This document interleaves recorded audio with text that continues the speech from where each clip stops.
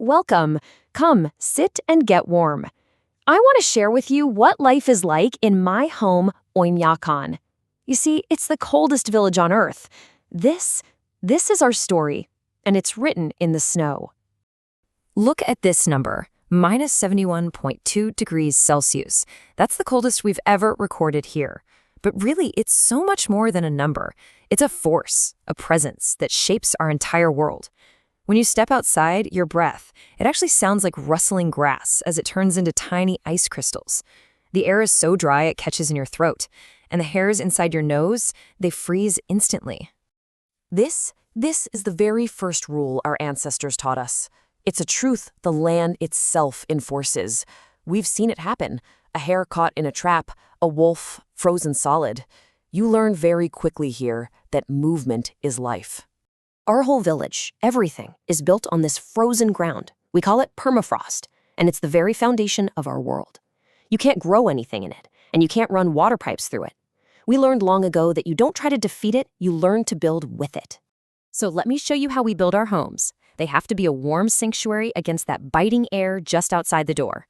A home here isn't just a building. No, it's a shield. To understand our homes, you have to understand how we deal with the permafrost. You see, we don't fight it. If you were to dig into it, the heat from your house would just melt the ground and the whole thing would sink. So instead, we've learned how to build on it. It's a method that's been passed down for generations. Our homes sit on these thick wooden beams laid right on top of the frozen ground. This gives us a stable base that won't sink, keeping our homes strong even in the deepest freeze. And our walls, each wall is like a fortress. It's made of 7 different layers. And every single one has its job. Outside, you've got wood, then basalt wool for insulation, then plaster and mesh. After that, more foam insulation, another layer of plaster, and finally, the inner wood panel you see inside. All of it works together to keep that deadly cold out and the precious warmth in. And of course, every part of the home has to be fortified. The windows, they have 3 layers of glass.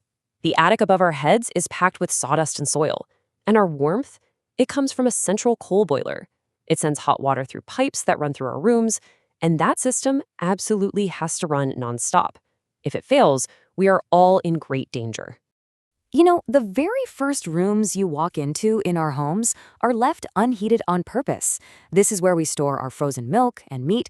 These cold rooms are our refrigerators, a kind of gift from the frost itself. And they also act as a buffer, so the biting air from outside doesn't just rush into our warm living space. But the land, it also gives us partners in our survival. Let's talk about the animals who share this world with us. They aren't just livestock, you know? They're our family in the frost. Our cows are so special. We have to wrap their udders in cloth just to keep them from getting frostbite. And every morning, they walk to the river, to the one single spot that never freezes because of an underground spring. You know, even their milk is different. It can have a fat content as high as 8%. Gives us the energy we need to survive the cold. But the Yakutian horse, now that is a true child of this land. It's short and stout to hold its heat, with this incredibly thick fur. It can stay outside all night long, even at minus 70 degrees. For us, this horse isn't just for getting around. It's our food. It's rich in fat and life. You see, the land really does provide everything we need. Since we can't grow crops in the permafrost, we get our vitamins from the meat and liver of our animals. We often eat it raw and frozen. It might taste like ice at first, but it's full of exactly what our bodies need to stay strong. For many of us, survival also depends on the hunt. But you have to understand, hunting is so much more than just a search for food. It's a sacred conversation with nature. Our hunters, they don't just see snow. They read the stories that are written on it. A man like Ivan, he knows how many animals are in the forest just by reading their tracks. The land, it speaks to him. We believe there's a spirit of the hunt. So before going out, a hunter will make an offering, maybe a piece of fish to the fire, and ask for a blessing. This is a pact of respect. We understand that nature must be honored if it's going to provide for us. We only take what we need. So let me tell you about the daily rituals, the small acts of work and care that keep our community alive and warm day after day. We don't have running water, of course. The pipes would freeze and burst instantly. So we harvest our water from the river when it's solid. We walk down to the river, we cut these heavy blocks of pure ice with a chisel, and we haul them back home on a sled.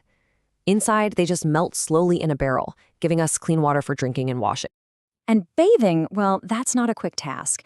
It's a weekly ritual. The whole thing takes maybe 4 or 5 hours. First, you have to chop the wood. Then you melt enough ice to fill the tubs. Then you wait for it all to get hot. Only then can the family take turns to wash. It's a real event, a moment of warmth and cleansing that we all look forward to. We teach our children to be resilient from a very young age.